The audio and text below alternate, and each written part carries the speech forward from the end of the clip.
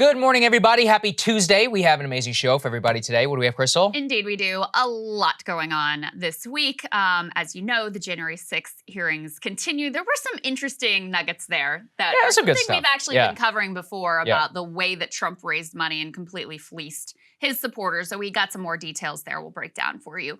Also, massive market crash yesterday ended in bear territory. Lots of speculation about what the Fed is going to do this week. Not to mention, I mean, crypto falling off a cliff. The hashtag Black Monday trending on Twitter. So yeah, it's hard times out here for us folks. Not good. Yeah. Not good for those who have invested in any sort of crypto asset. We also have some big developments in Ukraine.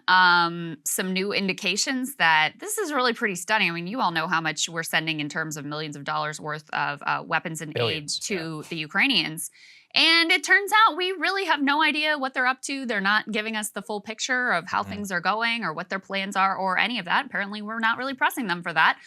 This all comes as there are new indications that they are really struggling with Russia in the eastern part of that state. So we'll tell you about that. Also, a big day for the Amazon labor union yesterday as Amazon is trying to pull their own little stop the steal situation and overturn those rightful election results.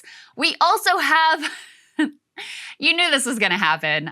The most cringe possible presidential candidate floated by a supposed progressive, Liz Cheney, for president.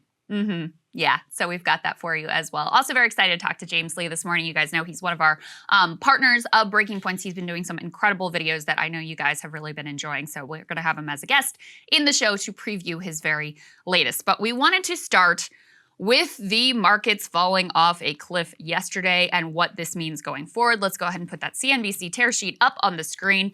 The S&P 500 tumbles nearly 4% to a new low for the year, closes in bear market territory. Listen, the last time we have seen a stock market collapse like this, it was right before the COVID crash when, of course, Congress acted and injected a lot of money into consumers' pockets, but even more overwhelmingly, the Fed acted, injecting trillions to backstop the stock and the bond markets.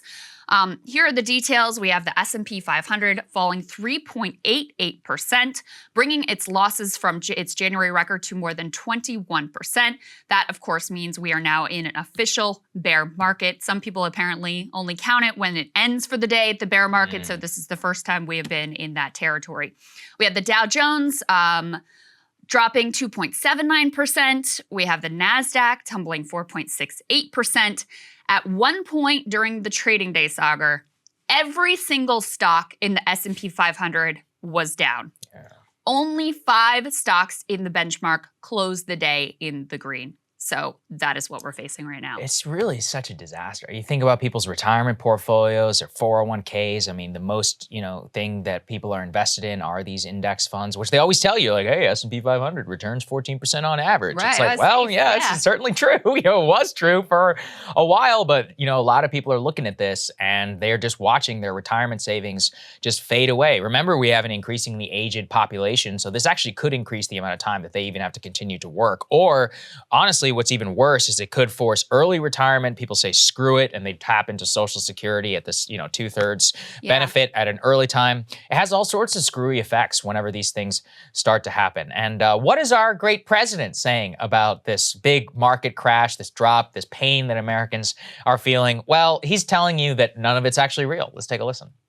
The job market is the strongest it's been since World War II, notwithstanding the inflation.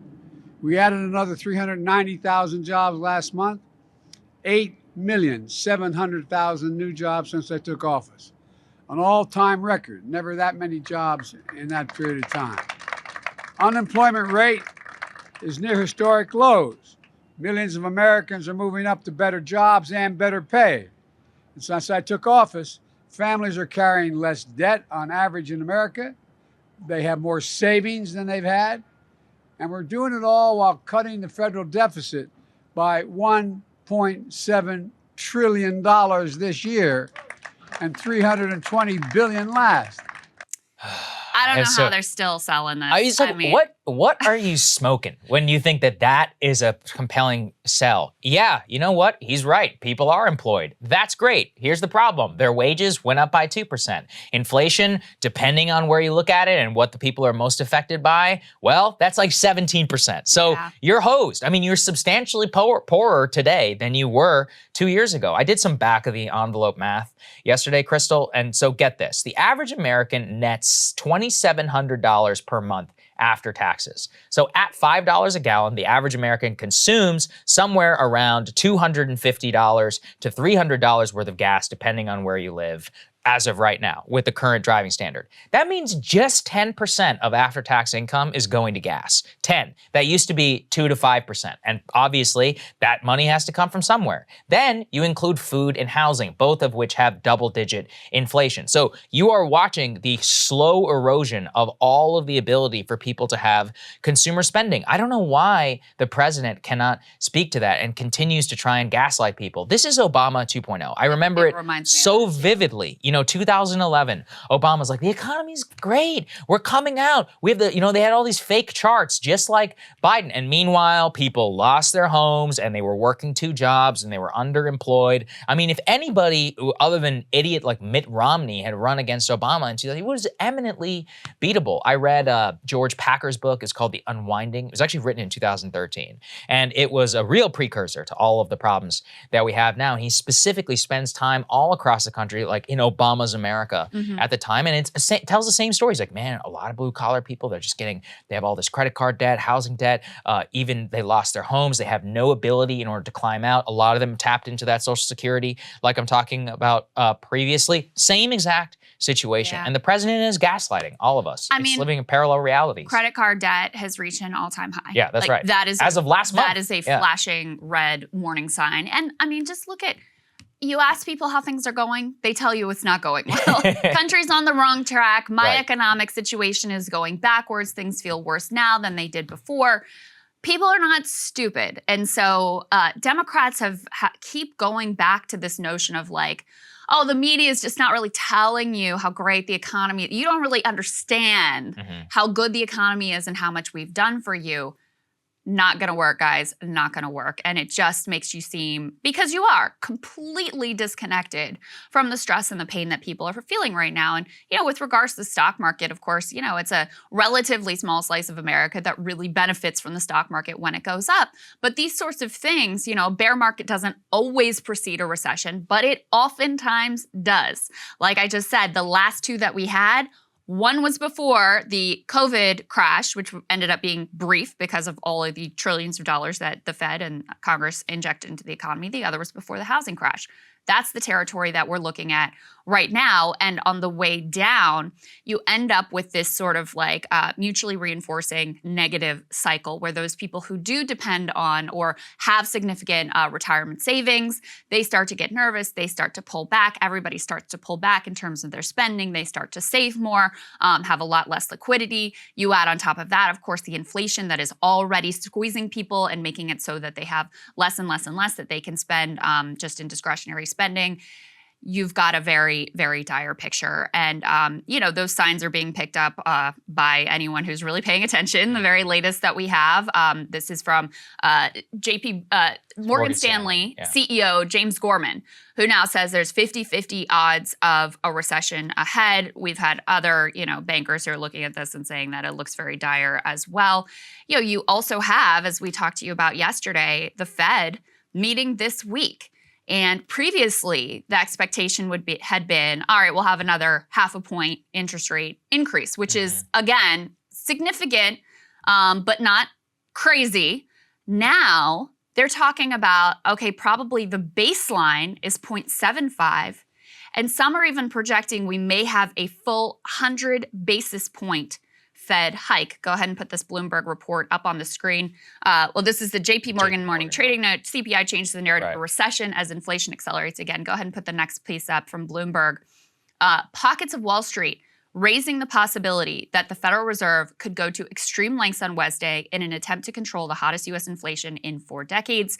Consensus expectation still 0.5 percentage point, but you have 2 banks revising their calls for the potential of 75 basis points as well, and you do have some outliers who are saying they may go all the way to 100 basis points. Stephen Englander, global head of G10 FX research at Standard Chartered Bank, he says 50 was the big round number 6 months ago. Meanwhile, 75 is a very middling type of hike. So the Fed might say, look, if we want to show commitment, let's just do 100. So when you see the market reacting in the way it is this week, this all comes on the heels of that dramatic inflation report we had last week and their expectations of what the Fed is going to do to significantly tighten the economy, and probably ultimately they're going to trigger a recession. I mean, it's just hard to see how they avoid that at this point. And the problem with these interest rate increases, Saagar, as you know, is it takes something like 9 months to a year to actually see the full effect of what they're doing now. So when you see these inflation reports coming in, they're acting right now and they're making these dramatic moves, potentially a full point. Well, you don't actually feel the impact of that till a year from now to see what that actually did to the economy. That's why this is such a blunt tool. That's why it's so difficult to gauge this appropriately and not go too far and trigger a really, really painful recession.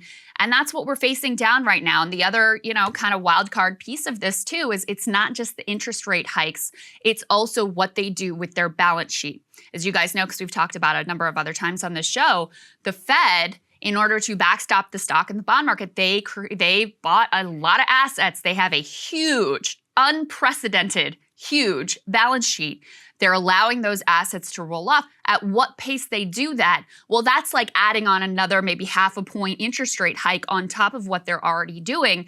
And there's very little precedent for how the markets actually respond to that, what that actually does to the economy, because this is really sort of uncharted territory. Yeah, absolutely. I think people should realize, remember when we were talking a couple weeks ago about how there was this one Fed governor who was saying, hey, maybe we should hike it. He was only talking about a 0.75 basis point bump. Yes. And people were like, wow, that would be crazy. It would be really nudging the market in a different direction. Well, now 100 is on the table. And now look, I know basis point sounds mysterious. It's not. A basis point is basically like it's a percentage. So 100 basis points is 1%. So 0.75 or 75 basis points is 0.75. So remember though, just, what is it? Didn't you tell me this? Just a couple of interest increases in the mortgage rate alone accounts for double the price of your mortgage. Yes, that's so, right. That's right. This is a very real effect. That's right. Whenever it comes to not only your mortgage loan, which is the vast majority of the loans, outside of credit card that most Americans will experience, but they also mean car loans. I mean, if you take a look at the car price right now,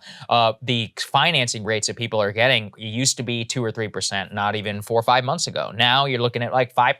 If you have great credit, 9, 10% if you don't have it. So consider then what that means for you and how much more you're going to be paying in a cash basis for all of these new assets that you might have to finance on top of existing credit card debt, which we already know is sky high and it already has ridiculous interest rates. So to have 100% or 100 basis point increase even on the table is insanity, because it will almost certainly trigger a massive sell-off on the Dow and on the S&P 500.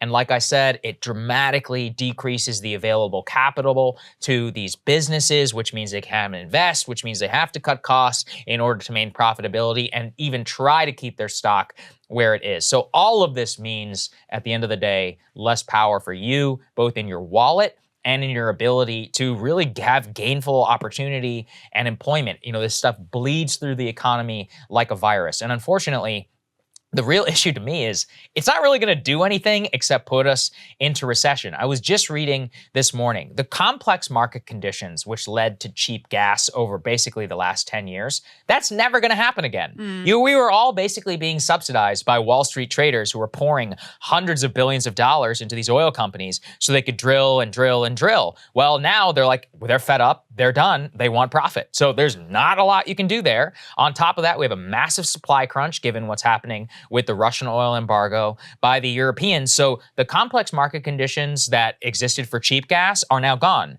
I was talking with Peter Zeihan recently. He said something which was really struck with me, which is that the globalization of the last 1990s have basically made it for the last 30 years. That's why inflation was so low, because we adjusted to just-in-time delivery, we stopped having inventory, we made it a much more efficient economy, but less resilient. So the higher efficiency meant that we had low inflation, but all of the supply side factors are disappearing overnight on top of an over-financialization of the economy. And that leads to where we are today. So it's a real tragedy. I don't see a way out of this for, I don't know, 5-10 years. I mean, it takes hundreds of billions of dollars to crawl out of this hole. And here's the thing, because we basically live in a failed state where the president and Congress are unable or unwilling to act. And the Fed is left as the only thing that we're like, well, you guys do what you can do. That means either way you get screwed. I mean, if they hike interest rates to curb inflation and they spark a recession, you get screwed. If they don't do that and inflation continues to run rampant, you get screwed.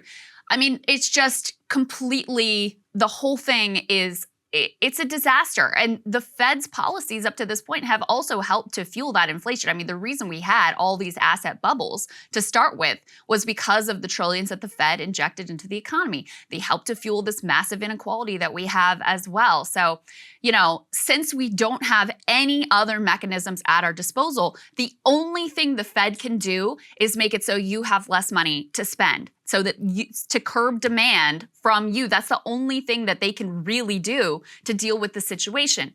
Dealing with the supply chain issues, dealing with gas price. They don't have any control over any of that. All they can do is curb stomp demand. That's it. And so that's why this landscape is so dire, and why, you know, I mean, this is something we've been looking at and predicting and worrying about for quite a while, but the moment has kind of arrived. It's here. Yeah, it's very, you know, it just shows you that the supply side stuff that's on this is just not going to get dealt with. Instead, you know, policymakers are very likely to adopt a fiscal crunch at the same time that you have a major crunch. So you're basically going to get squeezed from both ends. And unfortunately, I think we're headed in for very hard times. Cable news is ripping us apart, dividing the country, making it impossible to function as a society, and making it impossible to know just what is true and what is false. But the good news is they are failing and they know it. That is why we're building something new, a new mainstream, a healthier one, something more trustworthy, something that we are going to need in one of the most pivotal times in American history. We are building up here for the midterms, for the upcoming presidential election, but we need your help. So if you can help us out by becoming a premium member today at breakingpoints.com, we're trying to change America for the better and the entire world. So what are you waiting for, guys? Go to breakingpoints.com and sign up and help us build a new mainstream.